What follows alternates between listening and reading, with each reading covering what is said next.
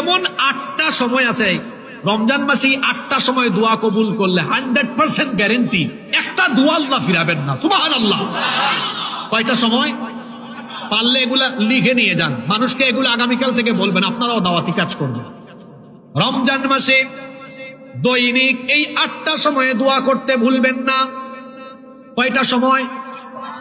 8টা সময়। 1 নাম্বার, মা বাইনাল আযানি ওয়াল ইকামা, প্রত্যেক দিন নামাজের জন্য আজান হয় কয়বার? এই যে আজান দেওয়ার পরে মসজিদে মুয়াজ্জিন সাহেব নামাজে জামাতের টাইমে ইকামত দেন, আজান আর ইকামতে এই যে মাঝখানে 15 মিনিট 20 মিনিট সময় থাকে, ওই টাইমে যুবকরা ফেসবুক চালায়, মুরব্বীরা পাশে থাকা মুরব্বীর সাথে গল্প করে, আর মা বোনরা দেখা যায় আজান হওয়ার পরে ইকামত পর্যন্ত তারাও তাদের থালা বাসন ঘষতেই থাকে। আহারে বরকতের সময়টা তারা বুঝে না। শুনেন, আল্লাহর নবী বলেছেন, লা ইউরাদ্দুদ দুআউ বাইনাল আযানি ওয়াল ইকামা, আজান ইকামতের মাঝখানের এই যে কয়েক মিনিট সময় আছে, এই সময়ে বান্দা যে দোয়া করবে আল্লাহ এই দোয়া ফিরায়া দিবেন না। 1 নাম্বার সাজেশন পাইছেন না? কোন টাইমে দোয়া করবেন? আজান আর ইকামতের। কি আপনারা করবেন তো? করবেন। কারা কারা করবেন না হাত তুলেন। ওই দেখেন কয়েকজন পাওয়া গেছে, আল্লাহর কুতুব, কি মনোযোগ আছে দেখেন। আচ্ছা ঠিক আছে, ওনারা না বুঝে হাত তুলছে। আমরা তো কেউ ভুল করলে হাসি, আল্লাহ হাসেন না, আল্লাহ ঠাট্টা করেন না, আল্লাহ মানুষের বাহিরের টানেন না ভিতরের টানেন। সুবহানাল্লাহ। উনি না বুঝে তুলছেন, অসুবিধা নাই, আল্লাহ মাফ করে দিবেন ইনশাআল্লাহ। তাহলে রমজান মাসে 8টা সময় দোয়া করতে ভুলে যাবেন না। 1 নাম্বার হলো কোন সময়? আজান ইকামতের মাঝখানের সময় দোয়া করলে এই দোয়া কবুল করবেন কে? মা বোনটা কি শুনতেছে নাকি? 2 নাম্বার, দুবুরা কুল্লি সালাতিন মাকতুবাহ, প্রত্যেক 5 ওয়াক্ত নামাজ যখন আদায় করবেন, নামাজের সময় আল্লাহর কাছে দোয়া করবেন। নামাজের সময় আল্লাহর কাছে দোয়া করবেন, কারণ এই টাইমে আপনি আল্লাহর ইবাদত করছেন, সাজদা দিচ্ছেন, আল্লাহ তাআলাকে খুশি করছেন। এই সময় দোয়া কবুল করলে দোয়া কবুল করবেন কে? 3 নাম্বার, নামাজে যখন সাজদায় যাবেন তখন দোয়া করবেন। আমার দেশে বেশিরভাগ মুসল্লি হলো সাজদায় গেলে কিছু মানুষের নামাজ এত নামাজ না, মনে হয় ফিজিক্যাল এক্সারসাইজ, ঠিক না? এরকম করবেন না।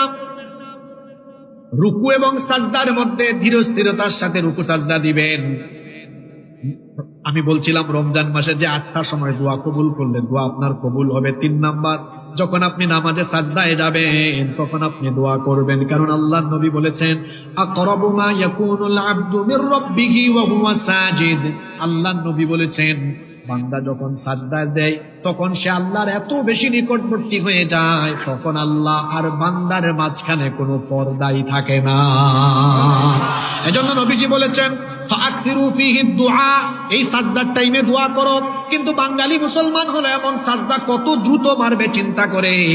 একটা নিরীহ আমল, দেখেন আমি কি শব্দ চয়ন করলাম, নিরীহ আমল, যে আমলটা কেউই করে না, এই আমলটা আজকে থেকে আপনারা করার চেষ্টা করবেন।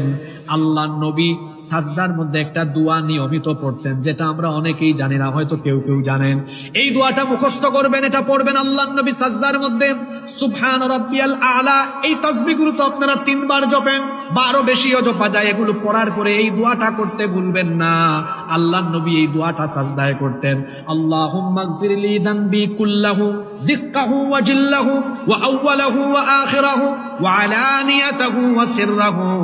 একবার আমার সাথে বলেন, আমি আল্লাহর কাছে দোয়া করছি, আল্লাহ যেন আপনাদের স্মৃতিপটে ধারণ করার ক্ষমতা দেন। বলেন আমিন। বলেন আল্লাহুম্মা গফিরলি, একটু ঠোঁটটাকে খুলে দিয়ে মনটা বড় করে বলেন, আল্লাহুম্মা গফিরলি যামবি কুল্লাহু দিক্কাহু ওয়া জিল্লাহু ওয়া আউওয়ালাহু ওয়া আখিরাহু ওয়া আলানিয়াতাহু ওয়া সিররাহু। এত সুন্দর দোয়া যদি আপনি বুঝতেন, নামাজের মধ্যে শুধু চোখের পানি ঝরতো। মাঝে মাঝে আমরা বা অনেক আলেমরা সাজদায় কাঁদে, পাবলিক বুঝে না হুজুর কেন কাঁদে। আপনি যদি বুঝতেন তাহলে আপনিও কাঁদতেন। কি সুন্দর দোয়া, আল্লাহুম্মা গফিরলি যামবি কুল্লাহু, হে আল্লাহ আমার সকল গুনাহ তুমি মাফ করে দাও।